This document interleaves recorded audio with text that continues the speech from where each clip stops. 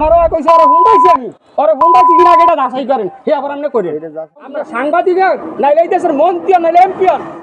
রায়পুরে শিশুকে নির্যাতন ও ধর্ষণের চেষ্টার অভিযোগ। লক্ষ্মীপুর জেলার রায়পুর উপজেলার ২ নং উত্তর চরবংশী ইউনিয়নের ৮ নং ওয়ার্ডে ৮ বছর বয়সী এক শিশুকে নির্যাতন ও ধর্ষণের চেষ্টা করা হয়েছে এমন অভিযোগ উঠেছে একই এলাকার আমজাদ হোসেন ওরফে বুলুর বিরুদ্ধে। অভিযোগ সূত্রে জানা যায়, গত মঙ্গলবার ২৭শে জানুয়ারি বিকেলে অভিযুক্ত আমজাদ হোসেনের নিজ গড়ে এই ঘটনা ঘটে। সরেজমিনে গিয়ে কথা বলে ভুক্তভোগী শিশুটি গণমাধ্যমকে জানায়, সে নির্বাচনী মিছিলের পেছনে গেলে আমজাদ হোসেন তাকে হাত ধরে টেনে নিয়ে গিয়ে বলেন, এদিকে এসো, তোমাকে কিছু দেব। পরে তাকে ঘরের ভেতর নিয়ে জোরপূর্বক জামা খুলে বুকে কামড় দেয়। এতে সে ব্যথায় চিৎকার করলে অভিযুক্ত তার মুখ চেপে ধরে। এ সময় অভিযুক্তর মেয়ে ঘরে ঢুকে পড়লে তাকে ছেড়ে দেওয়া হয়। পরে সে খাটের নিচে লুকিয়ে সুযোগ বুঝে বাড়ি চলে আসে। শিশুটি ঘটনার বিচার দাবি করে। ভুক্তভোগীর মা গণমাধ্যমকে বলে, আমার ছোট্ট মেয়ের সঙ্গে নৃশংস নির্যাতন ও ধর্ষণের চেষ্টা করা হয়েছে। আমরা স্থানীয়ভাবে বিচার চাইলে নেতৃবৃন্দ বলেন, এখন নির্বাচন পরে দেখা যাবে, বরং আমাদের নানাভাবে ভয়ভীতি দেখানো হয়েছে যেন আমরা থানা বা আদালতে না যাই। আমার সন্তানের ন্যায় বিচার চাই। স্থানীয় ওয়ার্ড বিএনপির সভাপতি বেলাল ব্যাপারী অভিযোগের সত্যতা দাবি করে বলেন, ঘটনাটি সত্য।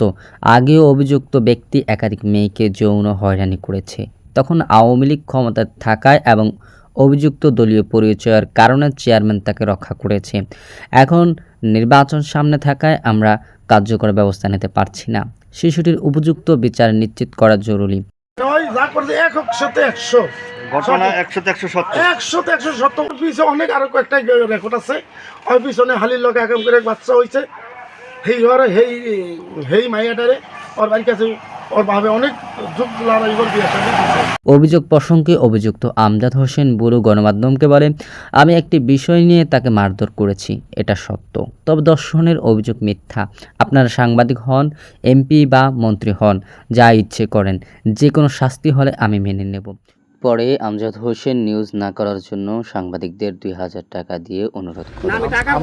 আমাদের কিনতে তা আমরা টাকাটা হোক করে দিলাম তো না আমি আপনাদের এটা আপনার 1 কোটি টাকা দিলে আমাকে কিনতে পারবেন না। আমাকে তেলে আমাকে অভাবই না, আমরা খয়রাতি না, ভিক্ষুক না, আমাদের দ্বারা তেলের ঠান্ডা। অভিযুক্ত ছোট মেয়ে গণমাধ্যমকে জানায়, সে তার বাবাকে একটি বাঁশের টুনি দিয়ে শিশুটিকে মারধর করতে দেখেছে, তবে অন্য কিছু দেখেনি।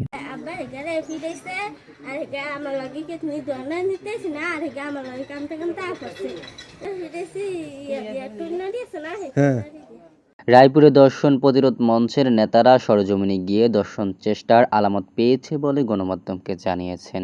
এ বিষয়ে রায়পুর ভারপ্রাপ্ত কর্মকর্তা ওসি বলেন, এখন পর্যন্ত লিখিত কোনো অভিযোগ পাইনি। অভিযোগ পেলে আইনগত ব্যবস্থা গ্রহণ করা হবে। এই ঘটনায় এলাকায় চরম উদ্বেগ ও ক্ষোভ বিরাজ করছে।